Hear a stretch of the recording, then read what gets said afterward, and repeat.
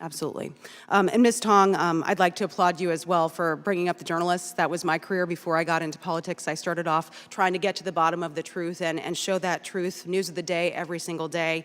And you really experienced that horrible truth of the CCP. So thank you for your bravery. What would you say in the propaganda space is the CCP's biggest tool? What is the biggest threat there? And how are they utilizing that propaganda machine, even here in the United States? I think if the U.S., if China does not allow journalist presence from Wall Street Journal or New York Times or Washington Post or CNN to have any presence in China, then the U.S. should ban the Chinese journalists from coming here as well. And currently, Chinese people certainly could not view the American programs such as this in China.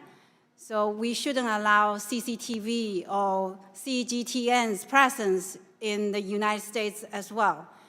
And also the WeChat actually played a very, very big role in sanitize the Chinese Americans here about what their values or outlook is.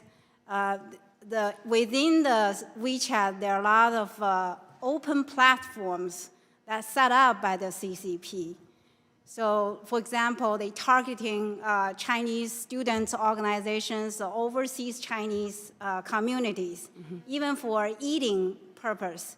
They could gather a lot of Chinese Americans to, for example, protest in front of some organizations for their purpose, to do their bidding. So all of these,